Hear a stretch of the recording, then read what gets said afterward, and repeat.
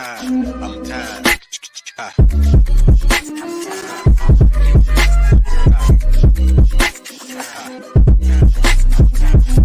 Late Morning Program with Nam Ras Podcast.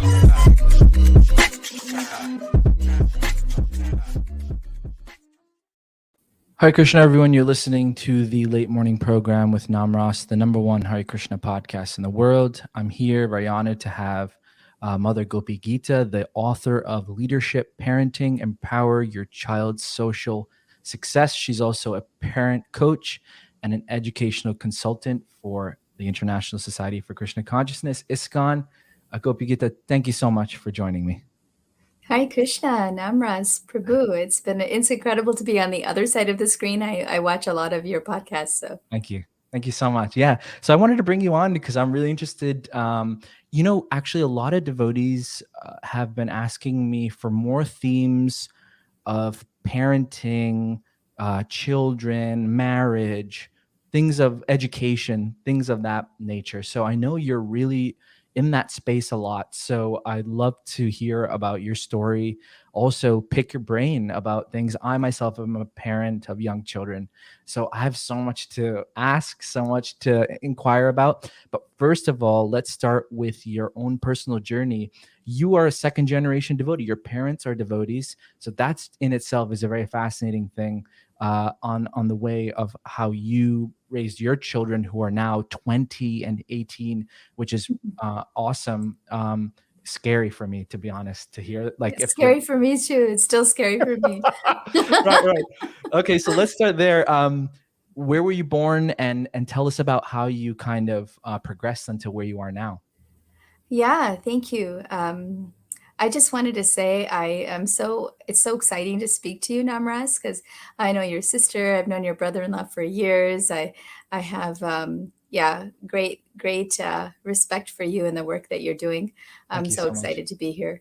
Thanks. I was born in Chicago in the late 70s. My father and mother both joined early to mid 70s in ISKCON Chicago. And they were one of the few Indian congregation members. Most of the devotees at that time were full-time devotees living in the temple. And my father tells us stories of how when he would be there for Mangalartik and then have to go to work at 9 o'clock, he had 3 clinics he was running at the time, that all the other devotees were going out for book distribution, because that was the time, 77, 78, 79, real hub of book distribution there in Chicago. And he says he always felt like, he wished he could just go with them and not have to do his dentistry.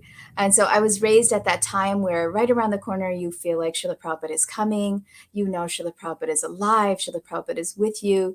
1980, 1981, we moved to Detroit, and we did Gurukul there in Detroit. My first memories, really powerful memories, are in the temple room at Mangalarti time. I remember my sister was a little younger, and so she would sleep in the back. And I actually remember thinking, why is she sleeping? She should be awake for Mangalarti. And I was probably 3 or 4. And my first real visual of the deities was it's all dark, and a whole bunch of devotees with the legs of the men. You know how the dhoti rides up the back of the leg? Yeah. Just seeing the legs, because I was so small. There was just I think 3 or 4 of us girls, and we stood on the men's side behind the men, apparently. And I have this real strong visual of the men dancing back and forth at Mangalarti time. Yeah. So, yeah. Some scars. Some of my early memories, yeah. Wow, wonderful. Mm-hmm. And then at what age did you leave Gurukul, and did you go to college? And we went to Gurukul for the majority of our childhood. I went to a private school for a few years, and like most ISKCON kids, my generation, we traveled a lot. After my dad gave up his dentistry and just became a consultant, he took on full-time preaching. He was the congregational director at a temple. He was a temple president at a temple. He was doing a variety of services and was pretty much moved from temple to temple every 3 or 4 years. And so my husband has the same history. He's in that same generation. And I went to Gurukul High School in North Carolina with Mother Urmila, and after that moved to Laguna Beach to join the temple there and associate with my husband and Okay. continued my education there, my college education there in ISKCON Laguna Beach at UCI. Oh, wow. And how did you meet your husband? Was it you knew him? Tell us that story. I'd love to hear that. Oh my God, that's like a whole nother long Well, story. you could in So a nutshell. in those days, we didn't date. We were living in North Carolina Temple with Bhiksha Maharaj and his whole group of devotees. High school started at Mangalarti time. It was one of the most fabulous times of my life, honestly. Yes, I was very isolated, and I do wish I had a little more external experience at that time. But everyone in ISKCON, this was, I guess, now early 90s, real early 90s. And I was the last of our group of friends to find a boy that I was okay with spending the rest of my life with. My sister had already found her husband. Most of our friends had already become engaged and were getting ready to get married. And I remember going to Radha Golokananda. I had been accepted into a fast track program for the Duke Medical University. And Oh, it was wow. either I'm going to go become a doctor or I'm going to go and get married. And so I was very young. I think I was 18, 17. And I remember going to Radha Golokananda and saying, hey, like, there were a few boys that I had already associated with that I wasn't seeing a future with them. I didn't necessarily think that I wanted to spend the rest of my life with them. And so we had kind of called it quits. And I asked Radha Golokananda, I'm going to go and get my medical degree. And if I'm doing that, that's like at least 6, 8, 10 years. That's my focus right now, unless you bring me somebody before my school starts. And I remember Oh, that prayer. We saw the Didis every morning for hours, and they were our life. My japa was super strong. It was like super fanatic lifestyle, but in a very wonderful way. And the week after, my dad got a call from my husband's family in Laguna Beach, and they, contacted my dad. And my husband's American, and so the other boys I was talking to were Indian, because I knew that was important to my grandfather back in India. right. And so my father said, look, this looks like a promising situation. What do you think? And I was a little hesitant because he's on the West Coast and he had already been associating with another really good friend of mine, and that hadn't worked out. And I was like, in those days we were so fanatic. It was like everyone on the West Coast were fringies and everyone on the East Coast were like pure devotees.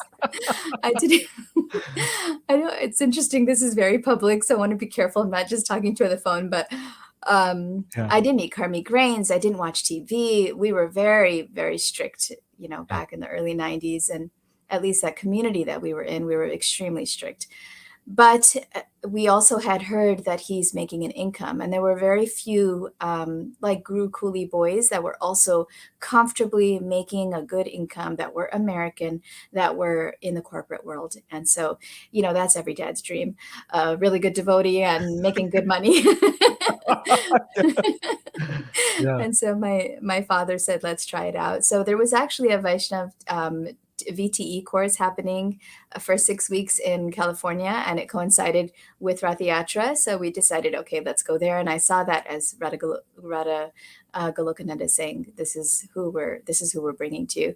There were a few other options, and I remember being in LA and having to make the choice, him or him, but Krishna guided it. Then when I met Wow. my husband, there were no questions. I remember sitting with him, talking to him about home programs, about the BBT. His family was running the Laguna Beach Temple, about service. And, there were no questions. It was just like, this is it. This is meant to be. So Wow. How many years you been married now? 24, I want to say. Wow. Awesome. 24 years. Yeah, man, we're Congratulations for old. that. That's great. I Thank think your you. husband, he created gurukuli.com, right? Yes, yes. Oh my gosh. For people who don't know, like all these new, like not millennial, I'm a millennial, but like these Gen like Zs. generation, the new Yeah. generation, gurukuli.com was the place for people to socialize, devotee kids to socialize, and your husband Rupa, right? He Yes. created that website. Amazing. Well, thank you for listening. It was like pre-Facebook. This was pre-social media, Yes. pre-MySpace. I remember Yes. when I started using MySpace and I put up a profile in MySpace, he was so annoyed. He was like, why are you going over to the dark side? I have Grookly.com. Why are all the Grooklies going over to MySpace? Yeah. It was like in jest, but way yeah. before its time. It was great. Very innovative things. Yeah. And so you only went to public school, that private school that you mentioned? Is that the only time? Yes, like under for 2 years, only for 2 Oh, years. The how rest of my was that? education, it was hard. Yeah. It was a complete change. I didn't know. I didn't listen to music. I didn't know how to relate to others. My sister fared better than me. She's always been a little more socially comfortable, and for me, it was difficult. The first year, my picture was in the yearbook as like top nerd of the school or something like Oh that. my And I gosh. was so embarrassed. I remember walking into rooms and them making fun of me, the kids making fun of me. The next year, I did the exact opposite.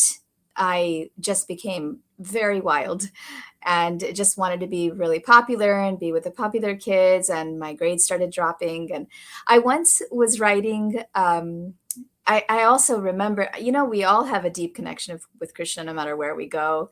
And I remember Mahatma Prabhu's Mukundamala Stotra, Krishna Tvadiya Pada Pankaja, and I used to listen to that at nighttime. And when will my mind be wrapped in your lotus feet? Because what if at the end of my life I'm choked up and I can't think of you? And I had written that one day. I was feeling this when I was in my wild stage. I was feeling this tension of, oh my God, what am I doing with my life? And this isn't who I am.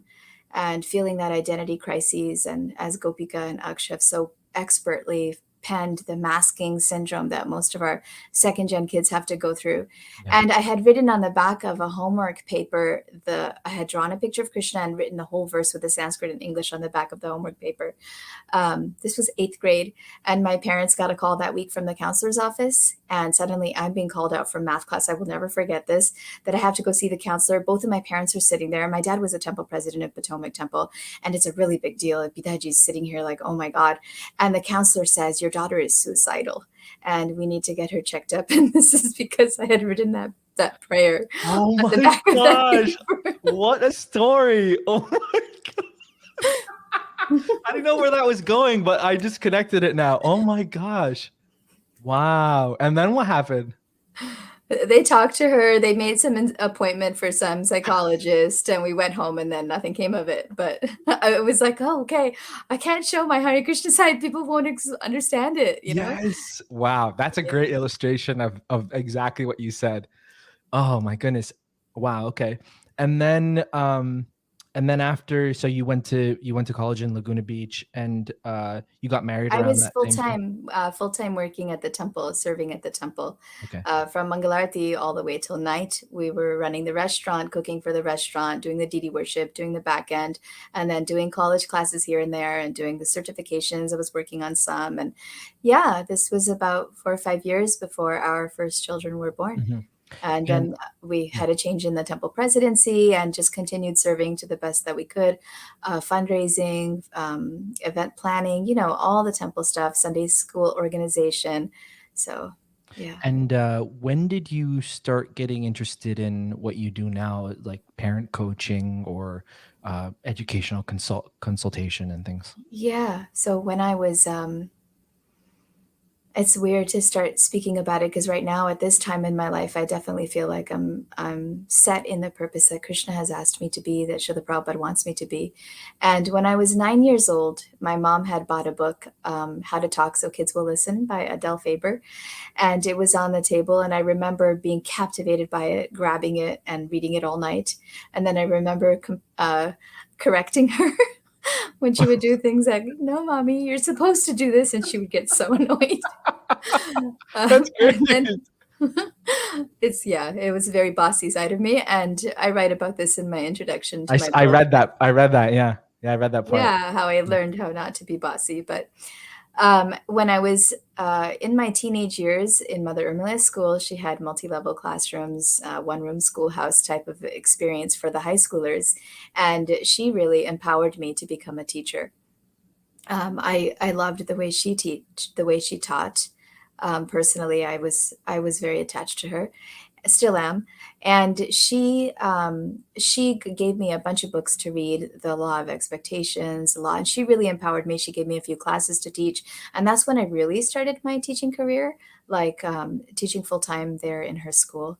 Or I don't think it was full time; it was part time. Then I moved to Laguna and started teaching in the Sunday school, and I started doing full time tutoring, and so I was always teaching. Once I had the boys, I opened up a preschool in Laguna. It was a small little preschool out of my garage. And this was when my husband was also in the hospital. And we had 9 to 12 kids at a certain point. Then we moved here to ISKCON Dallas and became fully engaged, a full-time teacher at the private school here. So I want to mention something that you said earlier about you had to choose at one point to either go to medical school, like you said, you had like uh, a I program had that a you were fast accepted, track a program, fast track, right? yes, that I was Or accepted because of my SAT scores and my transcripts and yeah, something. Yeah. so that on one side, and then the other side, marriage. And Mhm. how do you look back on that time? Because a big thing people talk about nowadays Yeah. is the traditional woman, though, Yeah. is becoming married at a younger age, having children at a younger age, or on the other side, prioritizing a career.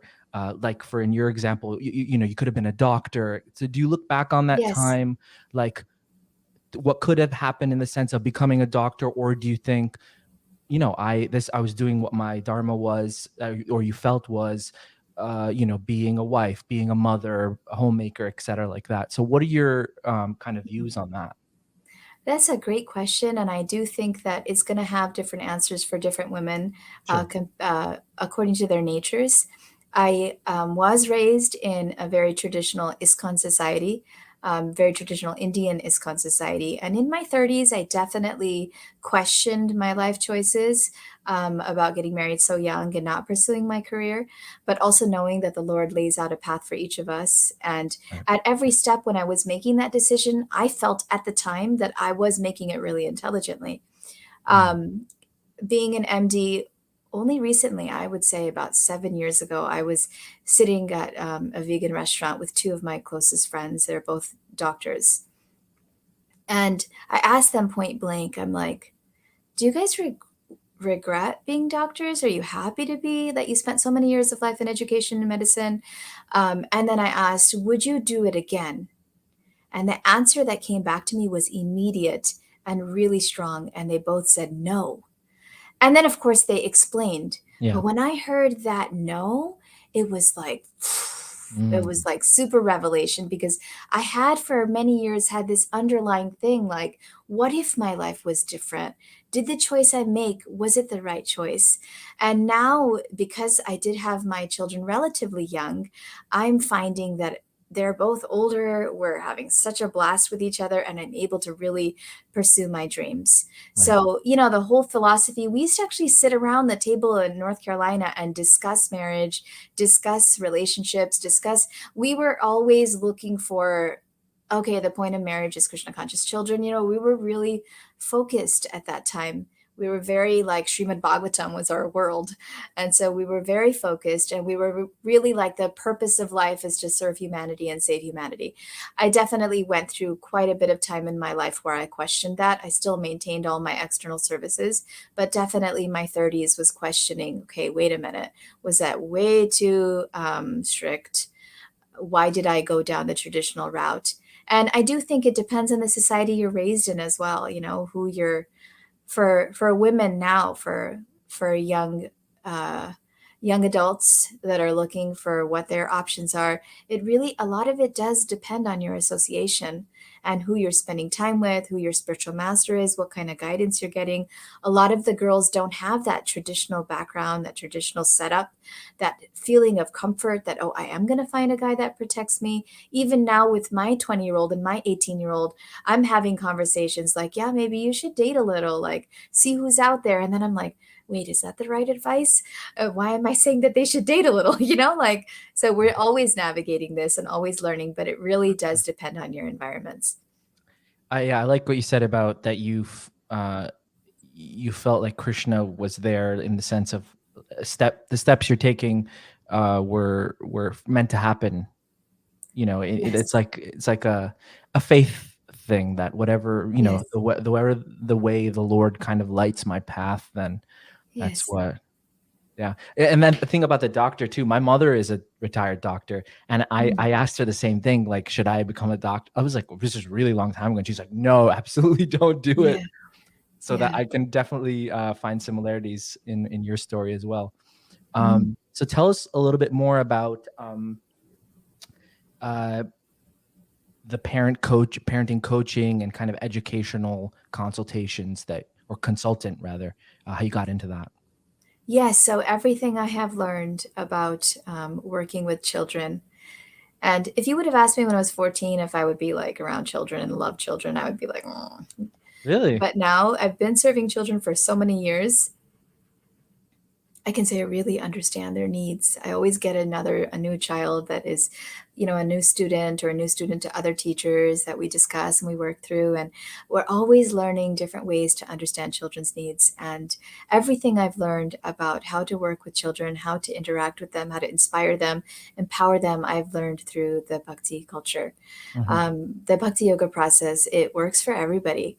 And the communities of the spiritual world that we're a part of, they're all centered around kids. Yes. Goloka Vrindavan, Navadvip, all of the pastimes, Yes. Ayodhya, it all starts with the beauty of children and their life, all the way details. Nimai's life is detailed with how many pastimes. Half of the pastimes are of his childhood, then the second half are of his Sankirtan Yagya stage. Same with Krishna and Balaram. Krishna's an eternal kid, basically. And the shift from society in general away from children, it pains me greatly. And so, what really made me step into this service was when my 20-year-old, who you just saw, was in the hospital with a brain tumor. And he was 15. And we've had our fair share of difficulty. My husband had cancer, recurring cancer, quite a few times. It debilitated his feet. He has not had the best track record with being able to walk and stamina and medicines and neuropathy and blah blah. And so when this happened, it was like, oh my god, like Krishna, I don't want to be the poster child for suffering. Like Jaipataka marriage is so incredible and so amazing. I'm nowhere near that. Like, why is this happening? What is your plan? Right. And at that time, I had to really go very deeply inward. And especially during that 6-hour surgery, he had come home and been unable to read, and then everything went downhill from there. And we were so lost. My husband and I, we were so lost in the like, what is the purpose here? What is your reason? We had found reasons, and we had, someone can say we had rationalized it. Someone with a scientific mind can say, oh, you use religion to rationalize it. But we had found reasons. We had found understanding from the Lord as to why the cancer was hitting again and again. But when it's your own child, the pain I felt, Namras, and I'm sure you're a dad, you know what the pain of a mother is and a father is, the pain of a parent. And I have never ever felt that intense pain in my entire life. Wouldn't Wow. wish it upon anyone. And really digging deep during that time, it was about 5 or 6 week period of real intensity as to, my dear Lord, what is your message here for me? Of course, Vraju Kishore, he had his own questioning. He was so stoic during that time. How old was he? He was 15. Uh, Wow. he had been accepted into the dual credit program. He had been acknowledged by newspapers. He was like the genius kid coming out of TKG Academy. Like my goal, Namras, and still is to help our society inside and outside of ISKCON to see that Krishna consciousness can give you full academic, spiritual, social, intellectual support for anybody, what to speak of the kids. That children can go to exemplary schools and get full, complete success academically and spiritually, materially, in every way. If it's properly structured and, you've got good staff and it's organized and intelligently laid out. And that was like my shining proof. My son at 15, here is a really nice devotee boy. He's like in the dual credit program. He's 2 years ahead. He's getting amazing grades. Everybody's like, vah, vah, like, wow, what an amazing kid. And then he comes home and Krishna takes away the ability to read. so, Wow. and How so did you, I can't imagine that. Like, how did you get through that? What did you lean on during that time? yes, I don't want to be cliche, but it was the holy name of Krishna. And it was R.T. Swami's nightly texts, Ritabhija Maharaj's nightly texts. And we had so many Vaishnavas that were praying for us and taking care of us. And my community here, my family here, my Gurukuli friends here, my husband, his mother, his sister. My sister flew in from Mayapur. She was in Kirtan Mela, and she flew in with Lord Nisringadev's Kavacha. And we were so fortunate. Wow. And Maharaj literally came to the hospital and stayed with us for 5 or 6 hours every day. And we were all there laughing, and the nurses we'd have to get chairs in from the nurse station because we were all having such a blast externally. Internally, it was like, am I alive? Like, is this real? Like, I had to get a substitute teacher for my class. And I remember going to the school to try and open the door to figure out, like, okay, let me share my lesson plans and tell the substitute how to do this. And I couldn't figure out, like, I'm like fiddling with the key. And it took me like 8 minutes to figure out what the key was. Like, as a mother, I had lost my mind. I was pouring cereal milk and the milk just kept pouring. Oh my And goodness.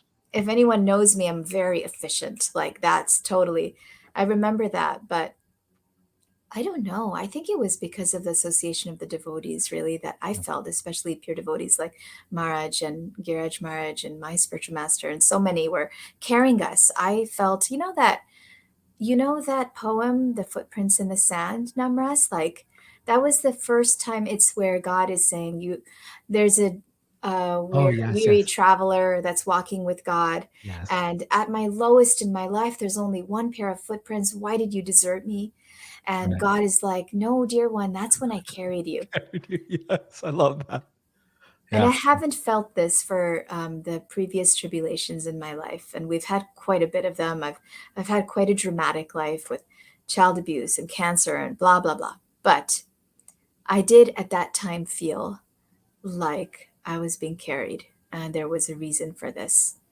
And it's getting easier to talk about it. It's still difficult to talk about, but Yeah.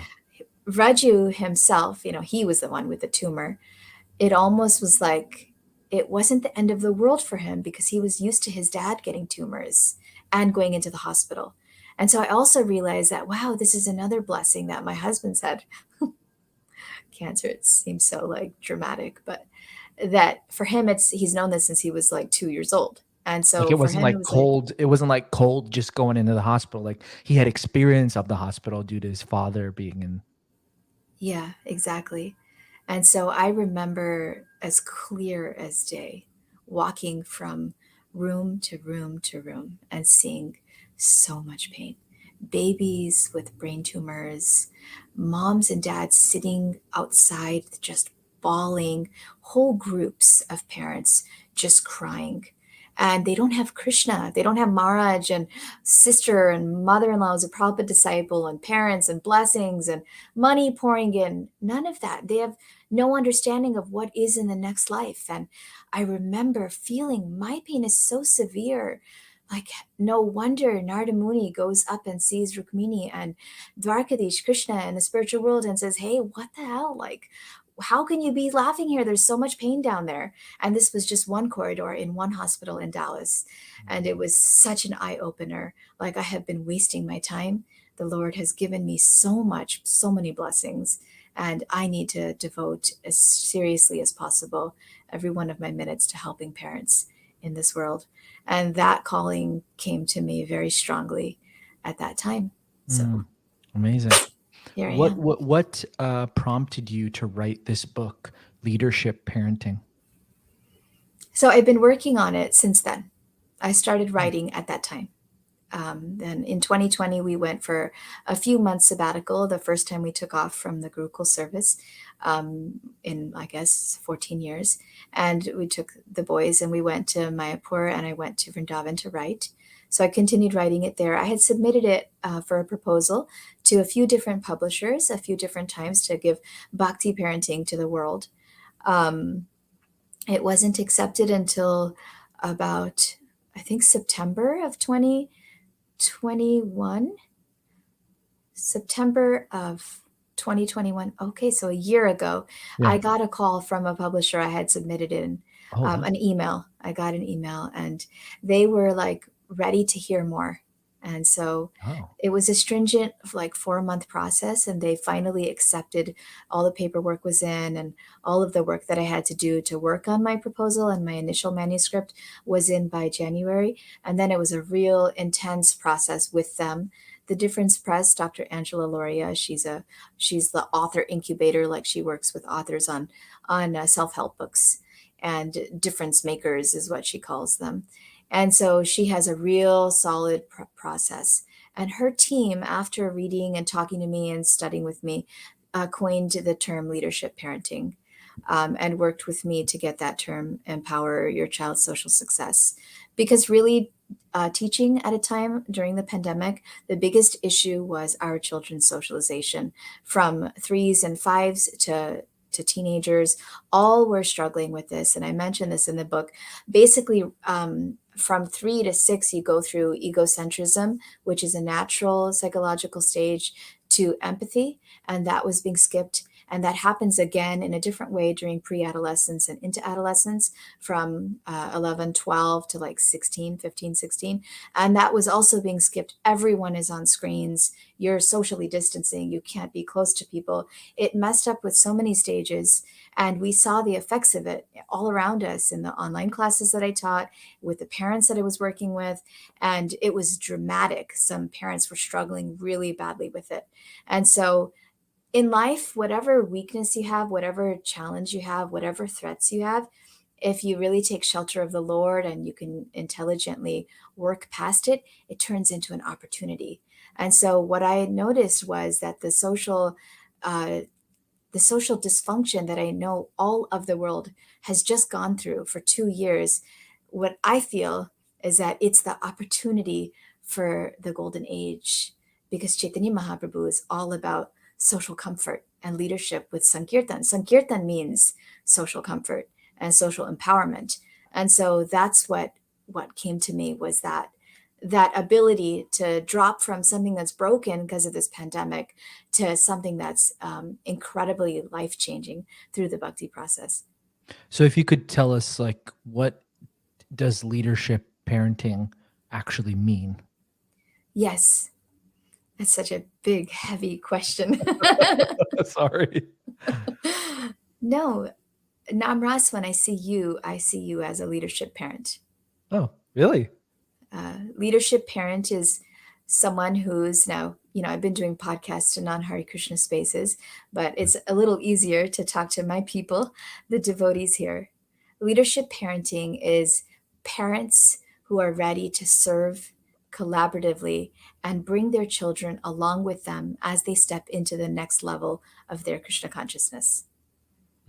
And so who are connected enough with their children, empowering their children, making all of the tasks service, working through all the challenges that come their way, and not leaving their kids behind, but bringing their kids along with them.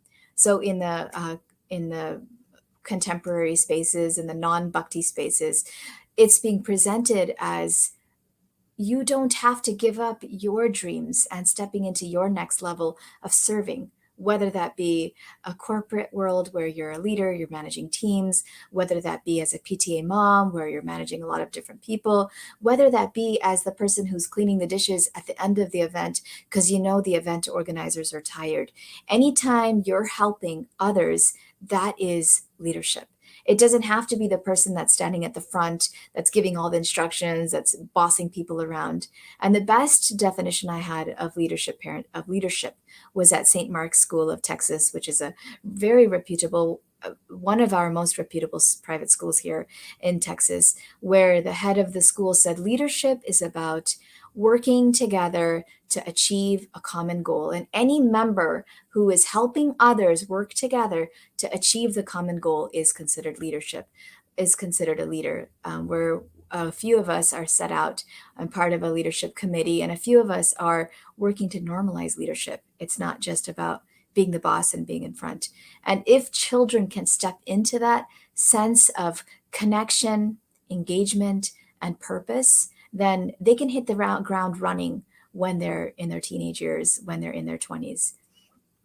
So something that stood out to me was when you said you don't have to pause things, or you don't have to not pursue certain things because you have children, but you can bring them along for that, whatever that is. So does that mean, like in a practical sense, does that mean just involving them more in, like in our bhakti context? Like, is it, bringing them to the temple to do seva and whatever, the kirtans or the festivals and things like that? So that means that, absolutely.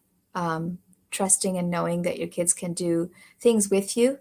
Also knowing when to not go because your children are your priority. Because you're Right, not going to leave them and desert them to run off to a class.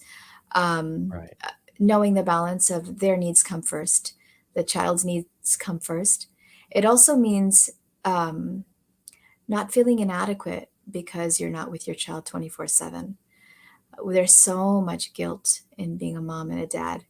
Like, oh my God, I'm not doing enough. I'm not giving enough. I'm not, Yep. especially for parents in today's world where the expectation is a two-parent working household. And so for those parents, knowing how to connect, when to connect, that you don't have to spend 24/7 with your child if you don't have that time. And your child can still be just as connected and empowered as any other child. It's just a matter of knowing how to communicate with them, how to raise them, how to take care of them. I identified 3 core needs Oh of a yeah, child. please. Yeah. And those 3 core needs are sambandha, abhideya, and prayojana.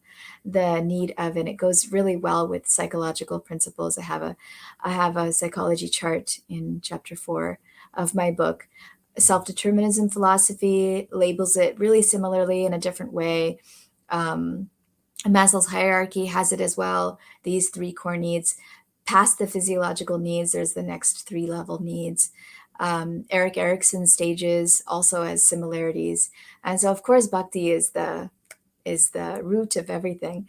And sambandha is the need to connect and belong. And you feel that first. Then abhideya is the need to have free will and agency. I am here for a purpose. I can do it. I know what to do. I know how to do it. And prayojana is the need for achievement and completion. I am satisfied. I am rooted. I'm okay if I make mistakes. I know when to rest because I know I will still get to my goal. Oh, yeah. I just found it. Check that out. How did you find that? Good. Oh no, okay, there it is. Chapter, because you said chapter 4, but here it is. Yeah, wow. I hope you That's don't mind fast. me sharing pieces of your book. No, absolutely. I love that you did. That was so fast. Yeah. Yeah. So you were at Abhideya, I believe. Abhideya. And once these 3 needs are met, then you can start expecting your child to step into what is chapter 11 purpose, dharma, samadhi, absorption, what we call in education the state of flow. And Namras, I'm seeing this with 5-year-olds, I'm seeing this with 7-year-olds, kids whose parents know how to communicate with them, know how to support them. They're so absorbed, they know what they want. And a child whose needs are met can then be expected to meet another child's needs. So when a kid gets in a fight with another kid and you're like, say you're sorry, like, come on, let's get together now and say you're sorry. It's not necessarily helpful, because first identify that child who hurt the other child. Are their needs being met? Are they comfortable? Are they happy? Once their needs are being met in that conversation or in the dynamic with, at home or even in the classrooms, then you can start expecting them to look for the needs of others. And that's where we head into chapter 12, Vadanya, empathy, where I can understand what they need. And then we step into win-win, or Sangha, which is we can help each other. And then John Mackey, who's the CEO of Whole Foods, he's written Conscious Leadership. And this is where I got the win-win-win leadership, which I see as Sankirtan, not just that my needs are met, your needs are met, and we're working with each other, but let's serve the entire humanity. And that is the Sankirtan Yagya. So this first column, leadership, parenting, how are those things accomplished, like to a child? Is it like the way you communicate with them? Yes. So you can go, since you're really fast at this, if you would like to, you can go to chapter 3, the end of chapter 3. And there we have the list of the different processes. There's a beautiful drawing, a beautiful image made. Yeah, if you go up a little right there. And so that little swan right there. Oh, the swan? Okay. Yeah. So these are the different processes. Part 1 is our meetup, and the strategy there is just I give the introduction of the book. Part 2 is identity, discovering our identities, where I have this cute little acronym KIDS, and it talks about how Krishna says in the Bhagavad Gita that we're Suchinam Srimatam Gehe Yogo Prashta Vijayate, a child born in a spiritual home and a family of transcendentalists. They are already on the path, and he gives so many beautiful, for 3 verses, he talks about their beautiful qualities. And so kids are kings and queens, intellectuals, demigods, and sages, that those are our children, putting on gold-tinted glasses and seeing them with that lens, using the law of expectations. That's what we do in that chapter. Then we step into the actual process. So we step into part 3, which is connect. And those 2 processes, hear and love. Here is empathic communication, just super summarized down, and learning how to empathically connect with your child. Sounds like you're feeling upset because da-da-da-da. Really allowing your child to become a problem solver. When you drop into putting a mirror in front of them and they reflect back to you, you're reflecting back to them what their problem is. They have jnana, satchidananda, they're already chipped full of knowledge, and they're already going to start coming up with the solutions on their own, and they feel so deeply connected. Right before this call, I was on a parent coaching call, and she just finished the here lesson and observations. She was like, oh my goodness, it's magical. I just have to say, sounds like you're da-da-da-da. And he like completely stopped fighting with his sister and went and brought his sister along, and they combed the hair of the doll and the sister together. And I'm like, yep, it's that amazing. What's the wrong way to go about that specific situation? Yes, so there's reject statements, and there's empathy blocks that I share in the book.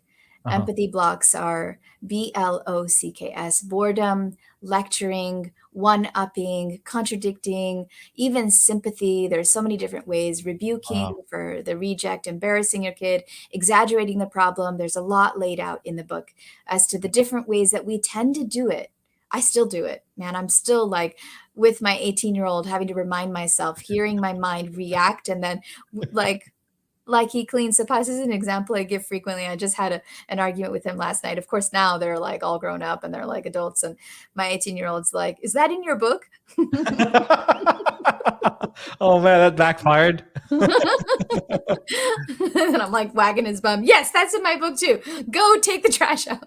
Wow. But yeah, there's things that break the connection, and we do it regularly because that's how people talk to kids. Why do we have to speak to children this way? I remember so clearly being a 4-year-old and thinking I was just as intelligent as every adult around there. I was sitting in the Bhagavatam class reading the verse out. I didn't see myself as so much smaller than the rest of the world. And I see the children around me. They don't look at themselves, especially our bhakti kids. They don't look at themselves as, less intelligent, smaller, shorter. they're just, they're in their own spaces and they're beautiful divine beings from their previous lives. So to Mhm. avoid it as much as possible, to get out of that conditioning of negativity, negative language. So Right. Could you go on to I think you're on part 4. yes. So part 4 is now to enthuse their abhideya space. The part 3 is the connection or the sambandha space. And abhideya space is how to get your child to do their work, how to get them to do those dishes without like yelling at them, how to ask them to be engaged in service. And Namras, you have 2 children, right? How old are they? 4 and 2. Yeah, 4 and 2. Wow. Yeah. Powerful age. You're busy, busy parents there. Yeah. But Yeah, my wife yeah, is she's the best. She's really, really good with them. I kind of just really try to support her and do what she says because yeah, I'm just I'm like I mean, I always wanted kids, but like now that I have kids, it's like I really enjoy being a parent, but I'm also just like really learning a lot like on the fly. That's why mm, talking to you is, I wanted to talk to more devotees who are like fully experienced in parenting because I do have a bunch of questions that we can get to after. But yeah, sure. it's been great. Yeah, so the serve process, kids love to serve. They love Yeah, it. they love it. What's Yes, that's absolutely true. They love to serve. And what stops them from serving is the negative connection to any kind of task that comes in. When we drop into threatening consequences because it wasn't done, instead of connecting with them and checking on, oh, hey, why wasn't this done? Is everything okay? Is there anything I can support you with? And so the serve process just lays out modeling for your child, working with your child, energizing the task. A Montessori classroom, it's incredible how you get like a whole room full of 3 to 6s or 6 to 9s or 9 to 12s completely engaged in peaceful meditative service with all kinds of challenging tasks, from cleaning the dishes to Yeah. doing complicated math problems to writing tons and tons of books. And I remember when I was taking my Montessori training, the instructor was teaching us how to roll out a mat, the most basic and boring task in the world. And she's like all excited about it, and she's rolling it out. She's taking her fingers and rubbing it on the outside of the mat and energizing every moment. And I relate it to the pujari room. Like when you go into a pujari room, it's like super samadhi, super absorbed. Krishna's peacock feathers have to be laid just so.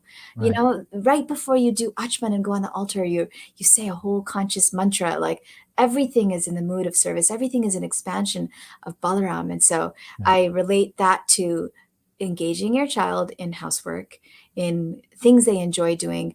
And service also covers all of their play, because play is just as important as work. It's not like, oh my God, they're playing with the Lincoln Logs right now, and can't you go do your dishes when you have that kind of a mood, which is what we all do with our children.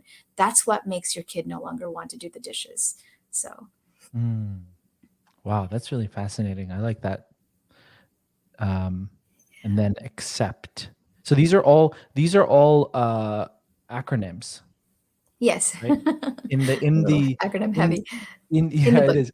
In each chapter, you'll find all like what they're like. It's all broken down, but this is like the high level thing. So Yes, this is the high level. what's accept? So coming along with serve is also consequences, how to enforce consequences, how to give natural consequences, how to communicate them with compassion. So every single one of these spaces, the connection space, the practice space, sambandha bidaya, they also come with mantras and prayers that I got from the scriptures that energize it. I call them mantra affirmations that energize these spaces. And just ending the serve process, there's a compassionate prayer, compassionately, Hara Devi Karunya Shalinam, something like that. Mhm. I should have it memorized. Srimati Radharani, she is the strength behind the Abhideya process because she is energy, and energy means the will to work, to do work. Energy is the ability to move, like Subhadramaya is also like the divine energy that gets things done and accomplishes things. And so that's my part 4. And she helps us hold compassionate boundaries for our children, because when we have to hold boundaries and tell them, no, you can't do that. No, that isn't appropriate. No, you can't lie on the bed and brush your teeth. You need to stand at the sink and brush your teeth. She gives us the compassion to be able to say it with love and to redirect them and do it gently instead of just like hitting it down and making it a whole negative circumstance. So from there, we move into prayojana, and prayojana is the accomplished space, part 5. And in order to get somewhere, and this is one of my most powerful chapters that I've actually learned from the teachers at TKG Academy, mainly Mother Sita and Mother Krishna Priya. Both are second generation devotees and dear friends of mine. And they talked about, so I go into the classroom, and I'm still very Asian. I was raised in America and this and that. We still have our Asian blood of like, get your studies done and studies Right. first, nothing else. Right. And so I went into the sadhana classroom, and I saw a board with a T chart down it. And on one side is Mother Krishna Priya's name, and on the other side is Mother Sita's name. And the students, there's a number underneath it. And I'm like, oh, this is interesting. What's this new activity you guys are doing? And this is a group of middle schoolers. And they're like, oh, we're counting our teacher's mistakes. And my face feels hot. Like, what? How can you be counting your teacher's mistakes? And, I'm the vice principal, and it's my job to make sure that the mood and the structure, and like, this is not the proper mood. My mind was going off. And I'm like, okay, tell me more. You're counting your teacher's mistake, and I'm feeling a little uncomfortable with this activity, but trying to learn, always learning. This was a good 6-7 years ago. And one of the students says, yeah, they're trying to teach us that we shouldn't be scared of mistakes, that mistakes are a part of life. And the more mistakes we make, the more we learn. And I was like, wow, okay, that's really interesting. Still trying to understand this. And then one of them pipes up like, we can add your name to the list, but that's a little too. It took me some time. It took me a few days. And then I spoke to them both, and I spoke to the students. And one of the 8th graders a little later on said, this is really making it so that when we do our work, we're more engaged and more ready to go to the end because we're okay with our mistakes and we're not scared of them. And their test, that year's test, like we at TKG Academy pride ourselves with high test scores, even though we have such an alternative way of teaching the kids. And that year's test scores were the highest, even of kids that generally may not be so into that test taking. Of course, taking tests is not our goal at the school. We want them to have a holistic education. But that year they were flying through because they really got this solid understanding that it's okay to have mistakes. And so this whole chapter is how you deal with mistakes, how you deal with, especially because it's about social empowerment. When you're trying these practices, these strategies, and they're not working, when your kid is crying and the work that he's done isn't accomplished, it's not working, what do you do when you feel inadequate, when they feel inadequate, and how you work through that. In order to reach your goal, you have to be comfortable with mistakes and obstacles. So, Right. yeah. And then there's part 6. Yeah, it's interesting. Actually, I'm looking in this diagram, and I do need a second edition. REST is also an acronym in part 5, that part of reaching your goal, you have to know when to rest. And so that's chapter 10 is the REST chapter, REST, releasing your guilt, escaping every now and then, taking spiritual space, trusting a mentor, like all of that is part of the accomplish. In order to get to your prayojana needs, you have to be okay to accept mistakes. You have to be okay to know when to take a break and to walk away and to go get yourself filled up. So yeah. I have a friendly challenge for you. I know this is a great way. This is a great platform to kind of like have a conversation about it. But the challenge is that do devotees need books to help them with parenting when it's like, isn't it something that should be innately or should come from within according to your specific child?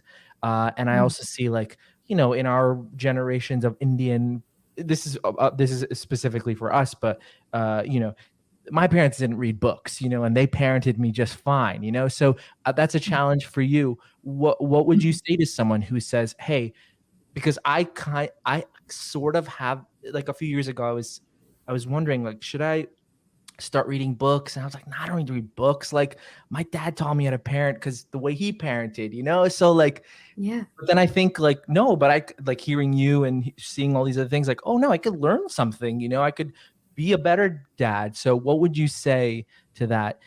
The balance of, okay, I can do it with my own conscience and my own, if I'm coming from within, or does something from outside need to help or whatever? Yeah.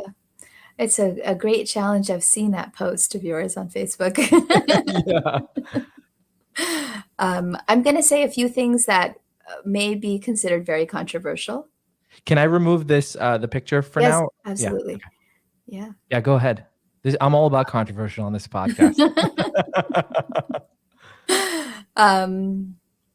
Parenting, from what I see, is not inherent. It's absolutely not natural.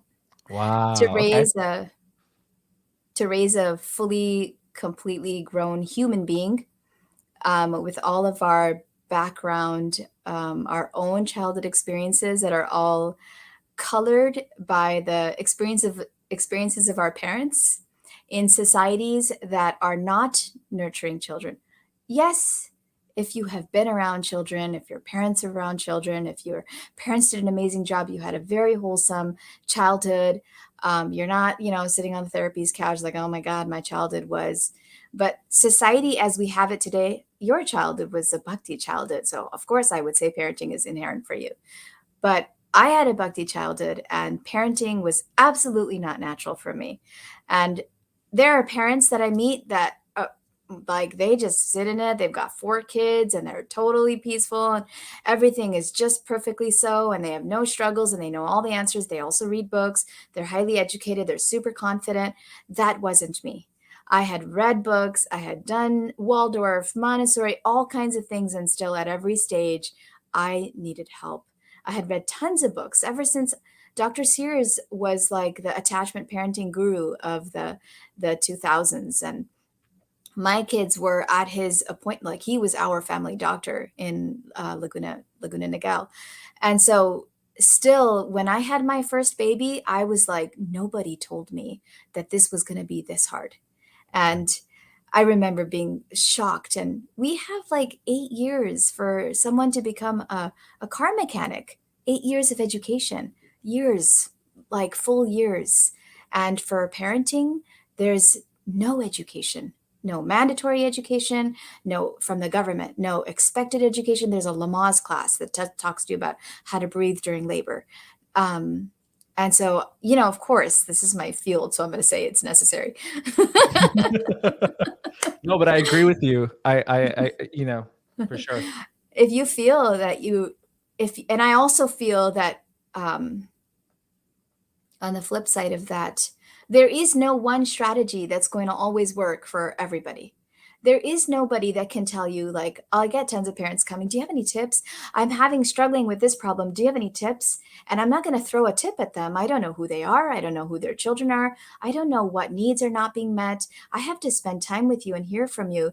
And really, coaching is about asking questions because the parent does inherently know the answer. The parent does know their child more than anyone else. So yes, you do know your child more than anyone else, but it helps to have a guide to kind of navigate it. And okay, what are my options to deal with in this circumstance?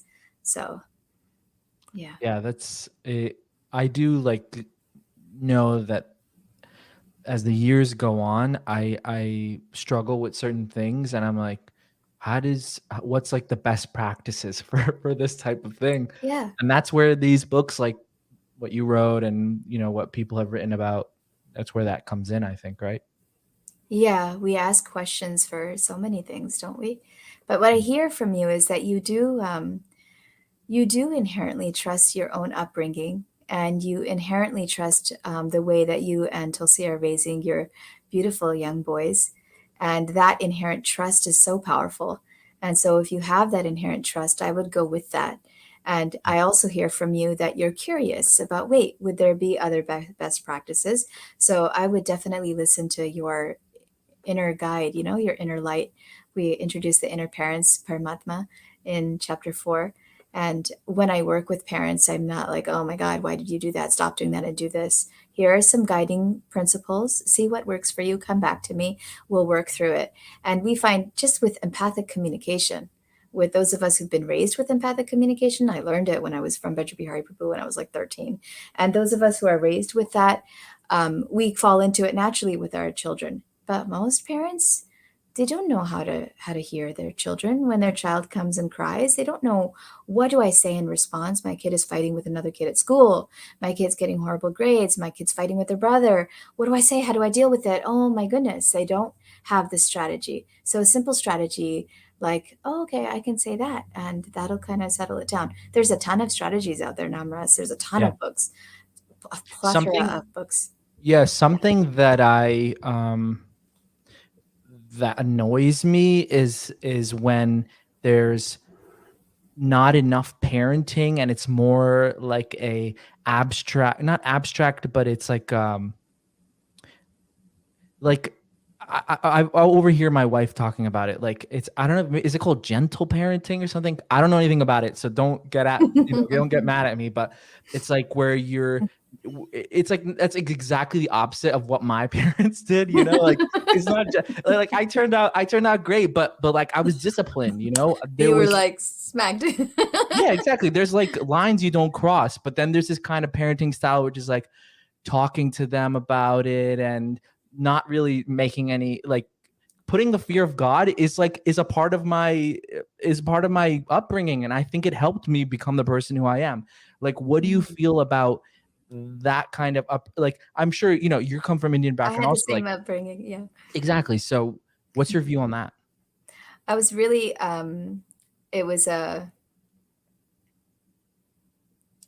odd combination. My dad's mom opened one of the first Montessori schools in Gujarat, and Really? he was raised Montessori, and he taught us. And only later, when I got involved in Montessori and I shared it with my family back home, did they tell me this. He was raised where, like, my cousin Gopal was 5, and we were in DC, and my aunt and my mom were cutting cauliflower. And Gopal was a really little kid, and he came to sit down and grab the knife to cut it. And naturally, mommy and my auntie are like, "Hey, put the knife away." And my father's like, "No, wait, I remember this." And he sat down and he took Gopal's hand and he taught him how to cut the cauliflower. And Yeah. only later on, when I started like getting involved to this extent in education, did I realize, oh my God, Pidaji, like that's how he raised us. It wasn't the shame, it wasn't the guilt, the fear that's usually from the Asian background. And I do, and this is like someone can say unfounded, but through all my research and looking at the history of India, the history of the different empires that invaded India, we went from bhakti, which is love. It's a little different than gentle parenting because it is more expectations than gentle parenting. It is expecting your child to step into who they are, who their transcendental spiritual identity is, their potential, their purpose. Whereas gentle parenting doesn't have that end goal, from what I can understand. But we went from bhakti to dominance. To the Indian population was expected to become minions, basically, and just serve. And that is that subservient and obedience. And it's like throughout everything, but it's completely against how Chaitanya Mahaprabhu worked with devotees and with people. And so in every single chapter, you'll see a Bhakti tie-in, how Srila Prabhupada used these principles, the empathic principles, all of them serve everything, and how Chaitanya Mahaprabhu infused Bhakti. So Bhakti, someone could say, is like a combination of gentle and strict. But I learned this through working with my husband. My husband had to literally very gently beat out the hand that goes up to smack the kid because you were smacked as a kid. Right. And like, no, that's not okay. That's not bhakti yoga. That's a tradition and a culture, an Asian tradition and a culture that's rooted in shame and guilt to motivate. And when you root people in shame and guilt to motivate, their needs are not being met. They don't know their purpose. They take a long time to figure out, who am I and why am I here? The whole Atato Brahma Jigyasa comes later. Self-realization, self-reflection, all of that comes later because you're doing things because it's what society and family and community expect of you. Doesn't mean you throw out the baby with the bathwater. it's always a, life is always a nuanced approach, but that's my Yeah. answer to that. I don't know if that answered your question. Yeah, no, it does, but also, so then if it's not, I understand the shaming and all that stuff. That's very, that's very true. So then, how to discipline? Like according to your book, what's the way to discipline? Because not every, because you might have a kid who is, if you talk to them a certain way, they're going to react a certain way because of the way their personality is. But there could be a kid who is a personality doesn't match that kind of communication style, right? And they could still act out or still. So what's the way to discipline or make boundaries rather? I disciplined my older son with very strict expectations, more Asian Indian. By the time he was around 11, 12, it wasn't as strict as my background was with our whole society and the way that kids were raised in those days in ISKCON Yeah. and outside ISKCON. Yeah. But still, I was very open in my communication with him. When he turned 12 is when he started actually communicating to me what he didn't appreciate and memories that he had of how he was traumatized by certain expectations I had of him and how I didn't give him the benefit of the doubt. He's always been a very submissive boy, but it affected him even more because we can all as parents be kind of intense. And my husband was always like the yin to my yang, as you say. Like, he's American. He was raised a lot more love, a lot more openness, a lot more freedom. And so he balanced that out. Mhm. Discipline with just do what I say because I'm saying you have to do it. It works until they become teenagers. It'll work past their teenage years. Ultimately, and it may work for, I don't want to say general comments for whole societies, Yeah. Yeah. but if you want your child to step into who they are meant to be, there's a reason why they go through pre-adolescence. They go through an independent stage. They go through questioning everything you're telling them to do. They have to stand on their own feet. And if they're not allowed to question, if they're not allowed to step away from just obedience and do what I say because I'm saying it, the earlier you do that with your child, the earlier you allow them to question, you give them explanations for why you're expecting them to do what they do, the quicker they will step into purpose.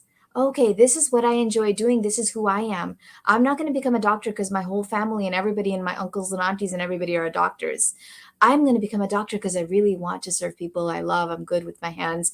Like I'm Yeah. kinesthetic. Like my younger son, he's so steeped in purpose. He's got a Mazda Miata outside. It's like a 1992 little toy red car, and he's always working on it. He builds drones. Because I was a lot more working with him, and the older one was older at that point, stepping into him, not just obedience and submission and heavy discipline. You asked about kids acting out. A child who's acting out isn't acting out because they want to be defiant. The generosity principle is expect the best. It's because something isn't working in them. And Right. so I work with parent after parent after parent right now, and I'm seeing amazing since this book came out, especially. Before that, I was doing it, but at a lower level. Now it's a high end level. It's a large commitment from parents who want me to be coaching them because it's a serious thing to work with your children and to see what your child's needs are. And I work with parent after parent in Namras. It's been amazing. It's been magical. Like, they call me, like, my kid doesn't listen to any of my instructions. They're defiant. I can't get them to do simple things. And then when I start listening, most of me is just listening and then saying, okay, take the course and then let's discuss your specific scenarios. Within 3 weeks, it's like completely turned around because they're hitting their needs through Right. here, through the love boost, through serve process. They're hitting the child's needs. A 4-year-old is just as intelligent as any 40-year-old. They have just as much a sense of sambandha, bidya, and prayojana, the need to connect, the need to accomplish, the need to develop. And if you try and continuously just force them to do things your way, it's not fair. It's not fair to them. Yeah. Along the same lines, I just want to switch gears for a minute. Knowing all that you know about parenting Sure. and, just being really, really steeped in it, educated in it, what do you feel the mistakes of our society, ISKCON specifically, have been in the past in regards to children? The biggest It's a big mistake, question. Sorry, it's a big that's a big question. question. The biggest mistake has been the mistake of equating Krishna consciousness with negativity. Mm, The young boy who's chanting his rounds, whose father is telling him he's a juvenile delinquent because he's not chanting properly.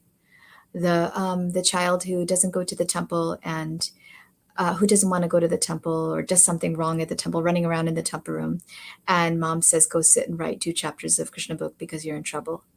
That was my generation. I mean, my generation had so many more very horrible mistakes. Dumping the kids in sleeping bags in in the showers. I was part of a team in 1996, and this is a thing that's really heavy on my mind right now as we celebrate the 50th anniversary of the Dallas Gurukul. And I know that I had said that we don't want to get so much into this. It's a very painful topic. I have learned so much from it. But the biggest mistake is equating spirituality with rules and regulations for children, right. Yeah, definitely. with disciplining kids in order to get them to be spiritual. Yeah.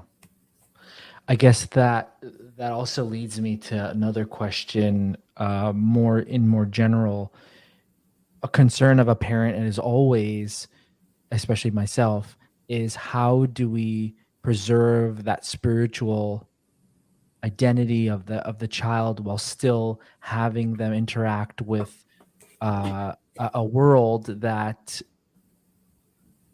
doesn't encourage spirituality but encourages the exact opposite. So how do we preserve that going forward for a child as a parent? How do we preserve the spirituality? What was the question? Of a world? Basically balancing and supporting the child's identity while helping them navigate living in a world which doesn't support spirituality. I'm learning that still right now. I have a 20-year-old and an 18-year-old who are navigating the world, and I'm watching. I've stepped back now, and for the most part, stepped back and watching how they balance the their college and their social spaces with their friends, and their Krishna consciousness, their desire to serve, go to the temple, do kirtan. Um, the way that I've answered it for them and for myself is that you don't separate it. Our life in the world, our work, our job, our responsibilities is devotional service. It is, again, I don't want to say controversial things here, but Please, it's fine. as a This is a safe Gurukuli, space. is it though? The As a worst that can Gurukuli, happen. Let me tell you something. I've gotten a real thick skin over the past few years because of this, and the you're worst amazing. thing that's happened is that they're words on a screen, and I read them. No one's ever come to my house. No one's ever threatened me. Well, that's not true. I have gotten threatened, but it's like it's very much like a scary thing, but it's just words on a screen, honestly. Excellent. Okay, so you're giving me some strength here. Yes. Bhaktivinoda Thakur wanted high court judges who wore tilak. That means that their service of being a high court judge was just as important as their service of doing arti in a temple. And so seeing our children as, oh my God, they're devotees because they're in the temple doing kirtan and playing bhajan, but oh, that is all material, and why are you engaged in that? That needs to end. That duality, that needs to end. Right. That's what I can say. It's all service. Flow, academic absorption, samadhi is everything you do is service. Your temple is, your home is your temple. Your work, Bhaktivinoda Thakur's got the most amazing, my home, my work, everything, manasa deha I offer unto you. And so I'm hoping that the students that I'm working with, that the children whose parents the children that I'm responsible for through their parents' coaching, the society, I'm also the a Ministry of Education representative. We have a team that's growing right now, and working with 72 schools in North America. I'm hoping that all together, all of us, the children that we are raising, don't have this black and white idea that in the school I'm a non-devotee, at the temple I'm a devotee. Yes. That everything is me. I'm a devotee everywhere, Yeah. and that okay, right now I'm doing homework or I'm watching TV. So what? You're resting, you're chilling, you're getting your strength. Get back up there and do what you are meant to do, and chant your rounds and focus on the name and connect with Krishna, so he gives you the strength to do all of that other stuff. But it's all important and it's all an offering. I love that. I love that no duality. I feel like I came to that recently myself, believe it or not. Oh, While I know people like you and Gopika and Akshar trying to make that wholeness from the very big, from the early age of not early, but like as a teenager, not yeah, having that duality that, okay, I can be a devotee at school, or I can, I could be a devotee at work. yeah, I feel like I came to it like more recently just because I'm just old and I don't care anymore because I'm like my own person. But Hmm. that's so important, I feel, to inspire the children to feel that same wholeness of no black and white. It's like everything, it's just a bunch of gray. I'm a devotee. I'm also have my occupation. I also have things I like to do for sense Yeah, gratification, perhaps like you said, watching TV or something, but I also like to go to the temple and do service and things. Like, it should all be one. I really believe that. yeah. I'm so glad. It sounds like you're really discovering that and you're making such an impact. Yeah, at Yeah. 30, 37 almost. Ah, oh, wow. You're older than I thought you were. You're still a My baby, but Yeah, my wife actually really grew up with that wholeness. She never was. She'll tell you. We should probably do another episode with her because she adds so much to conversation. But Mm, she never had this like duality. It's always been like, even when she went to public school in England, she was mm, always like a devotee. Always brought prasadam, and people were like, "Oh, uh, what's that?" And she would introduce them to prasadam and yeah. the temple, et cetera, et cetera. While I had the complete opposite. I always wanted to Mm. keep those things separate from work and school to an extent. And it's interesting just the journeys people have. Yeah, your wife, Tulsi, was in a school run by her mother, right? Gurukul. Right. Yes. I find that not all Gurukul kids, but Gurukul kids are more comfortable to own their identity of it not being separate. As a general, I'm not going to say, it's hard to say general rules without actual statistics. You have to make sure the facts you speak are based on statistics. But, Sure. and then when when I went to public schools, the first thing that happened to me was that my identity became separate. I was a devotee and then I was not, because I wasn't comfortable to show my devotee side Right. to my school friends. I was worried about getting made fun of and all of that. Hmm. I guess the next question would be, um, how to lay the foundation for good spiritual habits, uh, and help the children kind of own them instead of being forced or being a routine type of thing. Yes, it's such a beautiful question. I love this question. So I want to know, Namras, because I've seen many of your posts and Tulsi's, and you're doing this. So I want to know right now, how do you do it? I just have them involved in everything that I do. I do puja in the morning. I have a chant. I always do it around them because I Mm, remember as a kid watching my dad do all those things, and yeah. that kind of like laid a really good samskar. Like, okay, this is what we do, and make it fun. My wife is the one that makes it fun. Like, Yes. okay, we're gonna like Govardhan Puja, we're gonna cook a bunch of things, and you're gonna put on the apron, and you're gonna have the knife, and you can help me cook. Like my older one, he loves helping to cook, Yeah. and so I guess to answer your question, it would just be like what you said earlier, just involving, not Yeah. stopping those things, but actually just in fully involving them and immersing them in it. Yeah, exactly. Exactly those two things you just said. Involving them and making it fun. Happy Krishna conscious memories. They're not gonna remember the pages and pages of books they read.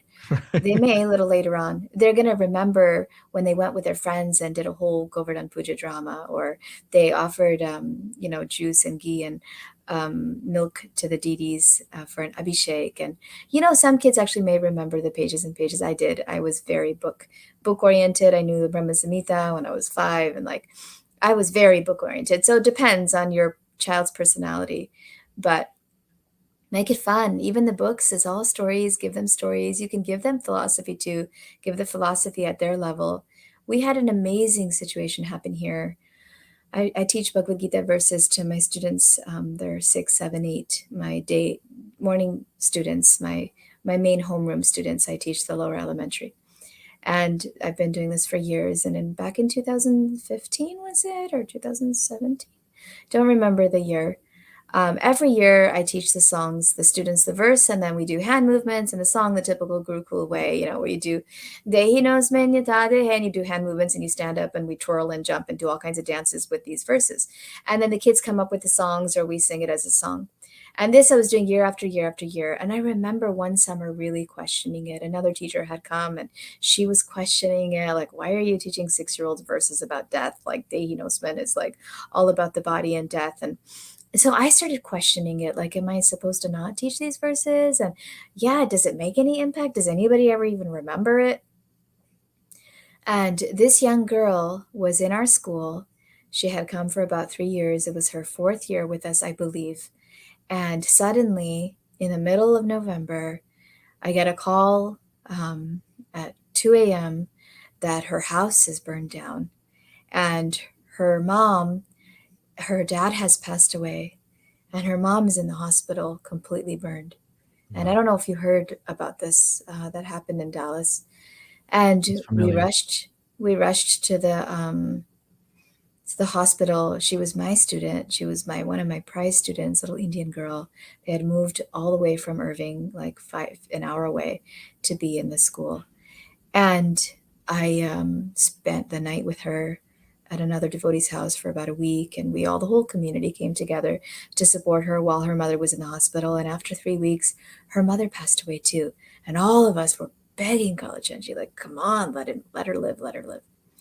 And during those 3 weeks and after, she stayed in America for another year or so. And then her Masi came from South India and took her and took care of her. And if you're listening, Haribol, you know who you are. And she sat and astounded all of us with her faith in those Bhagavad Gita verses. My entire class, there's 6-year-olds, and a few friends that I have that aren't like 100% bhakti. When I tell them the story, they're like, okay, like they were just brainwashed. No, she sat in a room full. The psychologist came to help her explain to her friends what had happened so that she could own it and be in control of it and explain to her friends. It was over Thanksgiving break, so she had a few days, and then she came back to school, and we were asking, you don't have to come to school if you don't want to, but she wanted to be with all of us. And the psychologist is sitting there and asking questions to the students like, what are your thoughts on death? How do you explain death? Like asking this girl, how are you going to explain this that has happened to your dad, to your friends? And she starts reciting the verses. 2:13, 2:20, the soul, 8:16, that my mother's gone back to Krishna, like the English, the Sanskrit. And she goes and gets all of her friends. They're all sitting in there. I could say all their names right now. They're like my little kids now. They're all like 15 or whatever, but they're all singing the songs. And when you're connected to Krishna, when a moment is like, it's a spiritual moment. I was there, another teacher was there, a parent volunteer was there, the psychologists were there. Tears were just out of everyone's eyes. The psychologist was a Christian, and she said, I have never seen such a well-adjusted group of kids. Like they're so confident that at the end of life, they're going to go somewhere. And it was the strength of the Gita and the strength of Krishna's words. And it did. A 6-year-old, a 3-year-old can feel deeply connected to the Lord, does know who Krishna is, and can be engaged in spiritual, happy, fun activities. They have Raganuga, Vaidhi Raganuga Bhakti. They have spontaneous attachment to the Lord. And when you force them to do Krishna conscious activities because you're trying to set external benchmarks on them, it ruins that spontaneity. You must do this. You must go to the temple. If you don't know how to engage your child in a fun, exciting way, just don't engage them. Just let them be. Right. Let them be, please. Let them be happy. Let them have fun Krishna conscious. Don't force your kid to stay in an hour class that's boring, where the speaker's not talking to them, or bring coloring for them to do. Bring some activities for them. We were always doing like Didi outfits in the Bhagavatam classes, because we all went to Bhagavatam class in our childhood up until like age whatever, 15 or 16. So Yeah. it's so important, Namraz. Oh my God. I can't begin to say how important this is. Yeah. And along the same lines you were saying about, dehinosmanyata, that someone was saying, oh, why do you say things about death and things? Yeah. The question comes about death and Krishna's pastimes with the demons, like the killing and all that stuff. I personally don't care. Like, I am fully uncensored when it comes to telling pastimes to my kids. I'm like, killed, put his hand in his mouth and exploded and his eyes popped out, the whole 9 yards. Boys, I'm all right? about that. You But got the some parents have concerns about that. What do you tell a parent when they come to you and say, a devotee parent, and they say, hey, what should I censor these things, or should I just, say them? These are cultural sensitivities. These are also culturally what the parent stands for, conservative, liberal. Okay, I'm from Texas, so I was in California.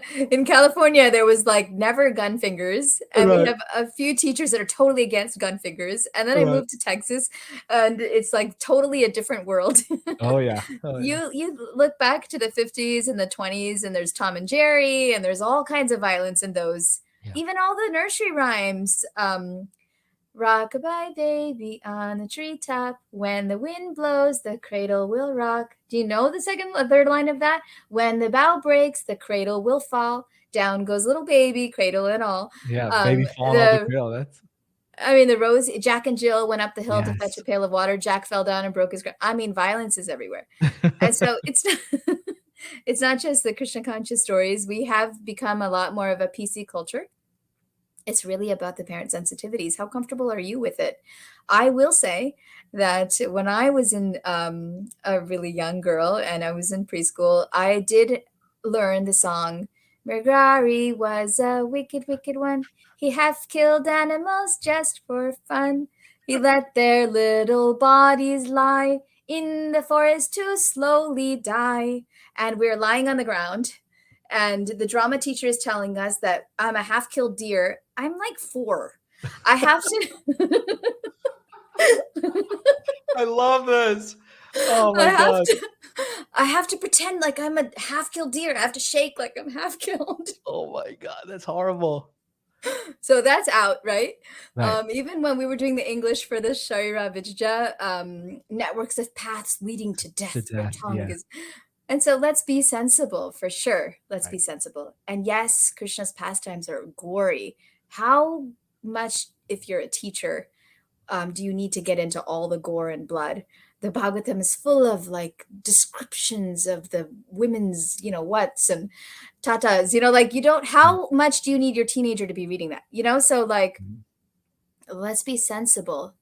At the same time, Krishna is teaching children that I got you no matter what, because life is full of stuff, like Yeah. life is not easy, and having a little bit of black and white where it's like, no matter what hits me, the Lord will protect me, because the Lord can just, with a simple punch, he can blow up this big demon's brains, like that faith.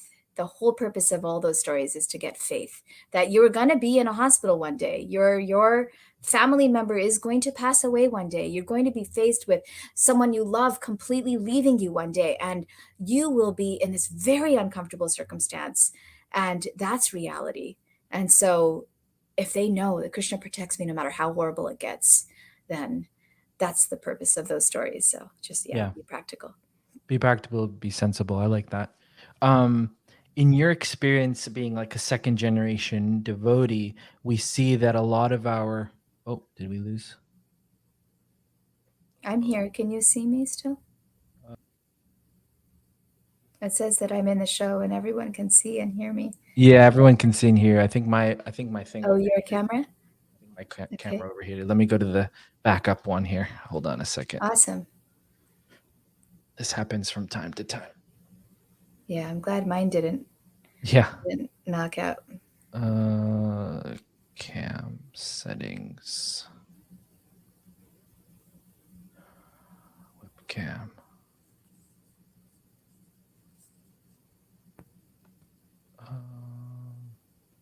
Oh, okay. Sorry. Yeah, there you are. There I am. Okay.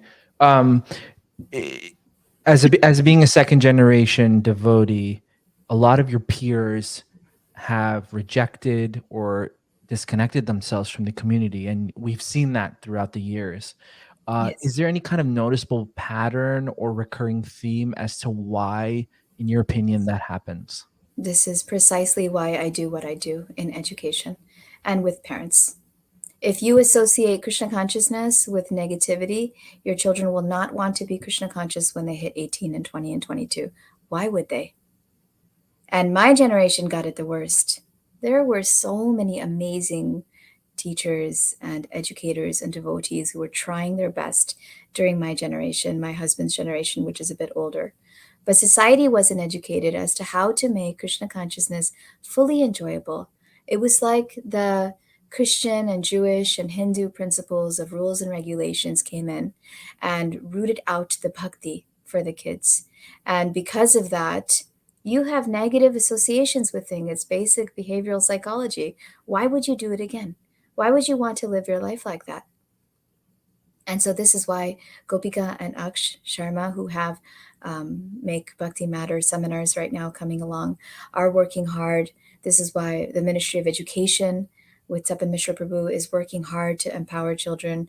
This is why Gandharvika Gorangi from Mayapur is working hard to connect with children. This is why I'm doing teacher training workshops and leadership parenting workshops for the devotees, for the bhakti yogis, because a child has Brahmande Brahmite Kon has wandered all around the world, come into your home, ready for bhakti yoga. And I get on a preachy, I get in a super preachy space here at Namras because it's so disturbing to me to have Krishna consciousness associated with negativity. And I've had to work through that myself. Yeah. I've had to learn how to not have negativity associated with for my own children, for my own students. And it's been a process for me to learn how to do that so that I can infuse every interaction with love. And that's what my book's all about for teachers and for parents. Infuse all your interactions with love. That doesn't mean you don't have standards for them. You don't have expectations for them. Let them do whatever they want to do. It's not like either you're like yelling at them and strict and sit like this and move like this, or they're running all around. No, you can have your child sit and move correctly and act correctly and socially responsible and academically stoic, but not have to be shamey and guilty and negative. So, yeah. I don't know if that answered your question. I get off. No, on it does. that, It so. does. It does. I think the theme is the negativity and the kind of like as they're growing, making sure that spiritual activities or anything to do with the temple is related with something negative or something that's like a punishment or something bad, because then that as they get older that stays with them. And also doing everything with love is, I think, super important from what I'm hearing from you. What would you say are from coaching parents like for years now, what are the main challenges parents face now Yes. that you're So seeing as a theme? it's demographically oriented. Different Yeah. demographics are more stressed about different factors. The main thing is, how do I get my kid to follow my instructions, and how do I deal with defiance? Mm, The second main thing, and that's been arising so much more since the pandemic, is how do I have my child be confident to make friends and be okay in social structures, know where they belong, whether they're 5 or 7 or 12 or 18. right. So those are the two main categories that I deal with. There's a lot of little ones, of course, for devotees. How do I get them to want to chant? Mm, How do I get them to want to come to the temple? But it all is rooted in sambandha, connection. If you know your child, you're connected with them, you take time to hear them, you take time to hear, just give them a feeling of being seen, that Yeah. they're so important to you. They're so, such beautiful divine beings, just amazing little creatures, little Krishna Balarams and Sita Rams in your house. Like, Yeah. connect with them through very practical. I'm all about the practical strategies that can be done, sentences you can say, that you can try out, ways that you can look at them and bring in other tools. If you do those with your child, they feel that they're being seen, they feel valued, they feel like they matter. And then you'll start seeing everything else easily manageable.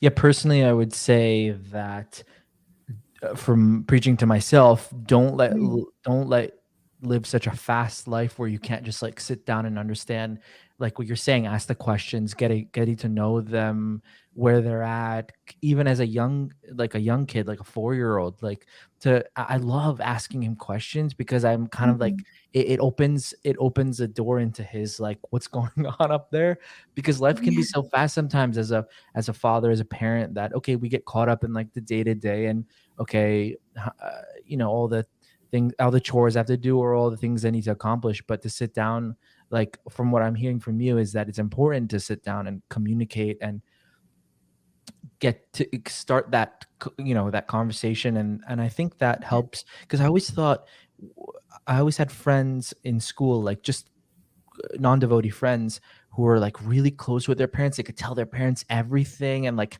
I mm, saw how they interacted by going to their house even, and I'm like, mm, this is so far from what I have. My relationship with my parents are all, mm, of course, it was a very beautiful, I had an amazing childhood, amazing parents, but it mm, wasn't that kind of relationship.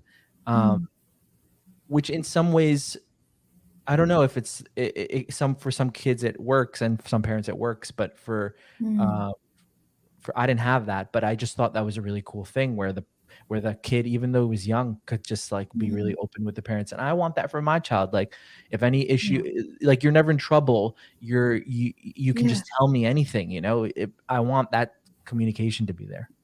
I love hearing your discovery of it, and Yeah. that you're turning it into what you are looking for your child. It sounds like you're relishing it. And that's the beauty of kids. They're so intelligent. They blow your mind away. A Yeah. 4-year-old, like the questions they ask, the thought processes they have, it literally blows your mind away. And I was very fortunate. My father was that to me. We'd Yeah. come back from Gurukul at 13, and he would sit at the table and he would ask us questions. He would ask us the same questions again and again. So then what did that friend do? And then we'd be like, oh, yeah, and this happened, that happened. He would just listen and listen and listen. Yeah. All the marriages, I just finished Giraj Maharaj's Vyasa Puja. We went there on Saturday. Hours and hours, like his third Vyasa Puja, because he has a lunar one and then different ones according to different local environments, and listening and listening and listening. How much they listened. Chaitanya Mahaprabhu listened for 8 days, or was it 7 days, to Sarvabhauma Bhattacharya. If Right. you want to connect with someone's heart, you hear. And I love hearing that you're discovering that and how connected you're starting to feel. I Definitely. always wanted to be that mom where my kids tell me everything. Now, all the stuff my older one is telling me is like things I did when he was, not all, but every now and then he'll throw in a bit of like, yeah, you did that. And I didn't, it wasn't cool. Because I was a Mhm. very strict mother until he was about 6 or 7. Um, and not very strict. I was still kind of like not as strict as my mom was, but it's a different age than our parents' time. They had different expectations. They were in a different society. In that society, you can't have your own opinions if you're 12 years old. You do Right. what everybody expects you to do. It was, imperialistic society. So, Yeah. yeah. Being the vice principal of the TKG Academy, how has that been for you as a Yeah. person, as a parent? That's my happy space. The classroom, the kids every morning. We have kids that like run to school. Not we have kids. Every single kid runs to school. If a Wow. child is not running to school because they're unhappy, there's something seriously broken. And we do meetings and parent conferences and so much to try and figure out, why is this happening? What is broken here that this child's not happy? Love and happiness is the basis. because they Yeah. can't be motivated, like you see in my process. They can't be motivated to do schoolwork even if they're not comfortable first. And so TKG Academy is my offering to my spiritual master, Srila Prabhupada. It's where I get all my devotee association. Our teacher sanghas, our monthly meetings, and by monthly meetings are like we're all just like chilling and discovering and deeply talking about academic principles and philosophy. My boys graduated. My younger one, this is now my second year without my kids being in the school because both of them went to TKG Academy from 4 all the way to 16 before they entered the dual credit program. And it was a question for me. Like, am I going to still do this or am I going to move on now? My kids aren't in here. Do I Right. really need to still be, it's very little pay. It's mostly, it's an ISKCON institution. So it's not ISKCON, it's a separate institution legally, but it's a devotee school. Um, and that realization that this is my service to Srila Prabhupada. This is where Srila Prabhupada had his first school in Dallas. This is what he said, Krishna's choice. This is why Radha Kalachandji were brought to ISKCON, to the community for the kids. And I love it. I love it. I get such deep relationships with the children there, with the teachers, with the parents. It's my happy place. Could you tell us a little bit about like specifications in the sense of how many kids there are, how many teachers Yeah. there are? Also, is it like has to do anything with the government in the sense of, I know there's schools that have government funding. How does that all work? Is it Yes, is it like yes. that or not? We get grants here and there from the government, from Oh, corporate cool. environments. We have a healthy monthly donor program and donor base, very large community here in Dallas who support financially the school. We're very grateful to them. And we have, I believe right now, 18 teachers. About half are academic full-time teachers, and half are, and I might be getting these numbers wrong, are subject teachers. So we have art and PE, and for 5 different levels. We've got a early childhood, lower elementary, upper elementary, middle school, and high school program. And so we've got a variety of teachers that come in and out with different schedules.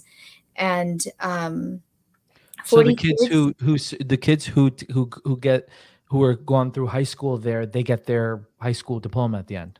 Yes, yes. Oh, They wow. anyone who they get their high school diploma, they get a chance if they qualify to enter the dual credit program at the community colleges, Dallas colleges, Right. and from there they can step into university. So Wow. they can go So into from like university with already 30, 50 credits, depending on what they want to do. It's all about how the child is, what their interest is, what their degree plan is, and what their ability is as far as managing the college classes with the core classes at TKG Academy. So So it's from like a very like really young preschool or whatever, kindergarten or whatever, threes, all the yeah. way up to high school. 3-year-olds to high school. We've had a healthy class of high schoolers until the pandemic hit. And then we got down to just a student and then 2 students, and it was a little less. But we do have the I see. program in place. We have a program in place, and as soon as there are enough students, it'll start up again. Right now, we've got a beautiful young girl. She's in her senior year, and she's doing TKG Academy and dual credit courses, managing it very well, and about to finish up. Yeah, I mean, she's got Wow. this year, so. I would assume that's quite unique in America. Like there's not so Oh, many yeah. of those, right?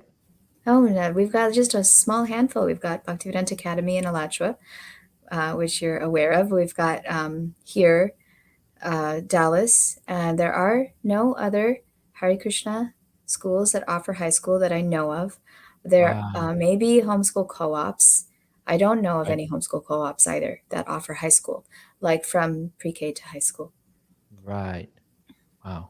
That must be a lot of work in the sense of like all Mhm. logistical stuff for like 18 teachers. That's like so how many students again? How many We students have are there? 40 students, Okay. about give or take. Some years is 45, some years is 37. It's average 40. It is a lot of work. Mother Nichikishori is the principal of the school. Both of us work hand in hand. This is where our main life is. But we've Mhm. been doing it for many years, officially for about 10, is it now? 8? Don't remember. officially for about 8 years. I believe 2015 is when we became the administration. And before that, unofficially, a lot of the support for the previous administration, which is why we stepped into the administration. And so every year we're able to add another level of like this year we're going to work on the science curriculum. Next year we're going to work on the math curriculum. This year we're going to work on the gardening program. Next year we're going to work, like that. And we have some very solid teachers. So those teachers are our backbone. A And if very bustling community of parents that are very excited, all on the same page. It's my happy place. It's literally out of everything I want to do, that's where I love to be. And everyone lives around, and is everyone devotees? Because I know there's schools like in other countries where the even non-devotee kids want to go there just because it's like the local school there and it's nice. Yes, we have every year we have probably a 10% non-devotee students. Really? Yeah, That's so fascinating to me. yeah, from Like, what do the Kalachandji. parents think? What do the parents who are not devotee, like, what do they think about it? They're from a Christian background and Okay. love the religious tones, or Right. they're from a yoga, kirtan, Oh, okay. Kalachandji's background. I just had a meeting last week with parents of a non-bhakti student, and they're like, I just want to let you know that if he's into the mantra meditation and into all of this, like, don't stop it. Like, let him do what he's doing. That's And so I was like, okay, yes, it's really sweet. Every year we have, last year we had quite a few students that had come from, it depends on how much marketing we do in those areas. But right. Bhakti is becoming a lot more prominent, a lot more accepted with the work that your sister-in-law Janavi is doing, with Jay Shetty's work, with just, it's like with Gauravani's work. It's becoming so much more acceptable and so much more Yeah. the cool thing. We live in metropolitan Dallas, and so it's definitely like the cool thing to be interested in Eastern philosophy and all that. So, Yeah. Well, Gopi Gita, it was really oh wow, fascinating speaking with you. it's Uh, time. Yeah. yeah, it's time. But I do want to say before we end, I want to know, what are your future aspirations, projects, things you're working on for the future? Every single parent needs to invest in their child. Here's my little quote here, my little promo, Sure. and join the leadership parenting program. Join the teacher workshops if you're an educator, whether they're mine or Gopika and Aksha's, whatever you can do to enhance your connection with the children in your care. We have the responsibility, Namras, to usher in the golden age, to be a part of the golden age. And I remember hearing when I was a very little girl that Lord Chaitanya's train, or the train is already gone, it's already passing us by. It's up to us to jump on it and make it relevant and relatable to ourselves and to our families. And so if you have a child, your child comes first. Their Krishna consciousness, their happiness comes first and foremost. And find ways to help them. Like, you have it naturally because your parents are wonderful Vaishnavas and have raised you both so incredibly, you and Kushangi Devi. But most people don't know what to do with their kids. So find out what to do with your child and how to really bring out their purpose, so that when they're 20 and when they're 25, they can be like Namras and Kushangi and Janavi and Tulsi. So that's my message to the world. Thank you so much. I appreciate that. So if you want to get in touch with Gopi Gita, you can go to our website. People can contact you through there as well. Yes, they can contact me on my website if you're finding your child's defiant, unempowered, uninterested in Krishna consciousness, disconnected. Contact me right away. You'll get a free 1-hour consultation call. Oh, wonderful. And So we'll talk. for audio listeners, it's www.gopigita.com. You can get in touch with her there. I personally don't feel like I have a handle on parenting, but talking to you, I do feel there are certain principles that I can implement that would help me out a lot more. And there's always room to learn. I think a few years ago, I did have this thing where I was like, oh, I got this. But it's not like that. I don't think, like, now going through it even more, uh, as my children get older, it's like, oh my gosh, I do need help. I do need to learn things. I need to get the experience of other parents, of people who are educated like yourself in the psychology of children and all that stuff. It's so needed, and forever a student in that way, I would say, for myself. So thank you again for talking about your story and also about your book.